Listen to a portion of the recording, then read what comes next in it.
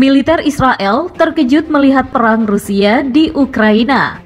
Apa sebenarnya yang membuat militer Israel terkejut? Ini dia informasi selengkapnya.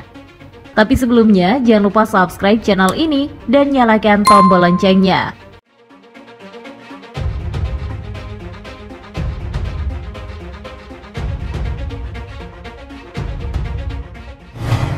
Sebulan setelah invasi Rusia yang menghancurkan Ukraina, militer Israel terkejut dengan apa yang mereka lihat. Membandingkannya dengan perang di masa lalu, seorang perwira militer senior pasukan pertahanan Israel atau IDF mengatakan bahwa sementara Rusia telah mengerahkan sejumlah besar pasukan ke negara tetangganya dan sejumlah besar platform militer dan mereka belum menggunakan persenjataan canggihnya.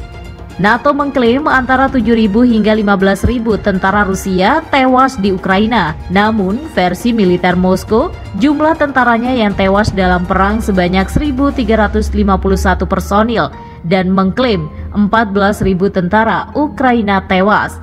Ukraina sebelumnya mengklaim telah menghancurkan setidaknya 49 jet tempur, 81 helikopter, 335 tank, 1.105 kendaraan lapis baja, 123 sistem artileri, dan banyak peralatan tempur Rusia lainnya.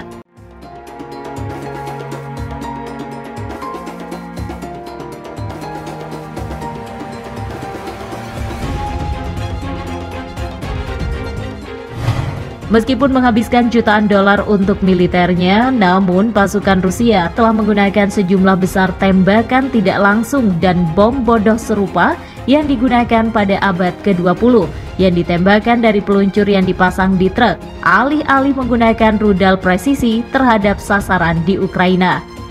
Sebagian karena cuaca buruk dan visibilitas yang buruk, pesawat dan helikopter Rusia terus terbang rendah ke tanah untuk menjatuhkan amunisi mereka, menempatkan mereka pada resiko terkena sistem anti pesawat atau bahkan rudal anti-tank berpemandu atau ATGM yang digunakan secara massal oleh tentara Kiev.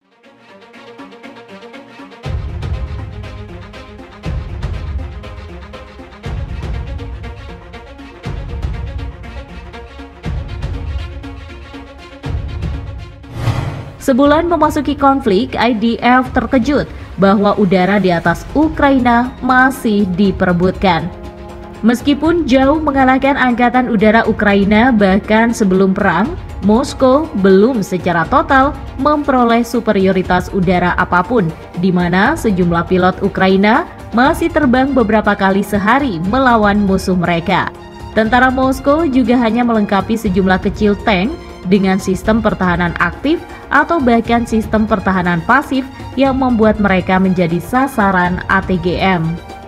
Meskipun Rusia telah mengklaim menggunakan senjata hipersonik Kinzhal untuk melawan target dalam perang di Ukraina, namun militer Israel meragukan bahwa video rudal yang terlihat seminggu lalu tersebut benar-benar direkam selama pertempuran.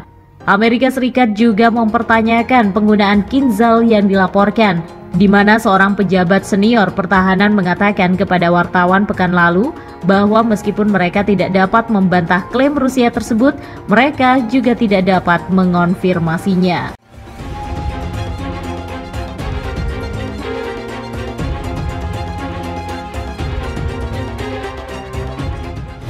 Rudal hipersonik mampu terbang 5 kali kecepatan suara dan dapat mengirimkan hulu ledak nuklir dan konvensional yang berpotensi menghindari sistem pertahanan udara musuh. Meskipun Presiden Rusia Vladimir Putin telah mengancam akan menggunakan senjata nuklir, IDF tidak percaya jika dia akan benar-benar menindaklanjuti ancaman tersebut. Setelah invasi awal pada pertengahan Februari, IDF membentuk tim untuk melacak dan belajar dari perang Rusia.